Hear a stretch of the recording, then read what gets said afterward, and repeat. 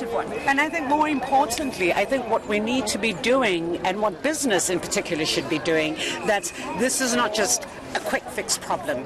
We need to project and say, if we look at, for example, a 30-year plan, like the Marshall Plan in the US, where we say, having given you our memorandum, this is how we're going to have milestones, okay, in terms of how we are going to be part of the solution, and that women and women's capital is important to this economy, okay?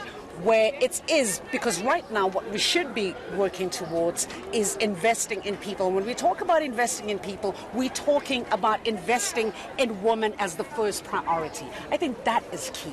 So, you know what, we're talking to the converted. Yes, the converted are all gathered.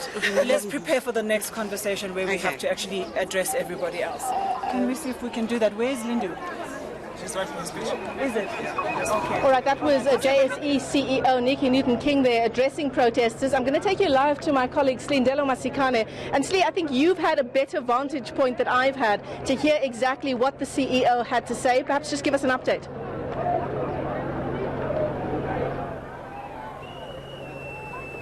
Well, Michelle, we've actually moved away from the JSC front offices. We are now on Rivonia Road with protesters. I just want to move in a bit closer to see exactly what is happening, but they've basically blocked Rivonia Road, saying that they want to bring Sandton to a standstill. And as you've stated, that the response from the JSE CEO was not satisfactory. They were saying that it seems that Capital is flouting their concerns, saying that they're not taking their demands seriously.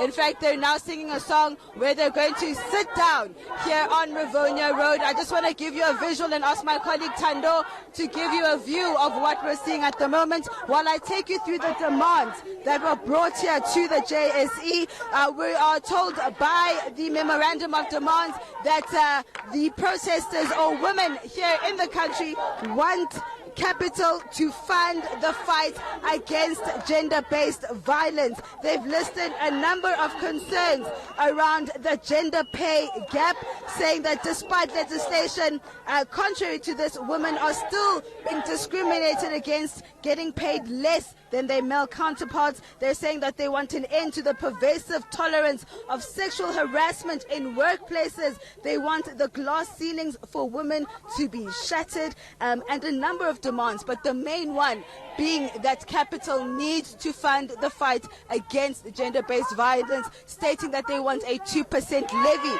on all JSE listed companies, saying that these companies are where the money is, saying that our president seemingly says that he doesn't know where he's going to get the money for gender-based violence prevention, but these women are saying that we're showing the president where he can get that money. It is right here at the JSE. And so, as you can see behind me, we also have a number of men, in fact, Michelle, who have joined the protest, who are now standing up.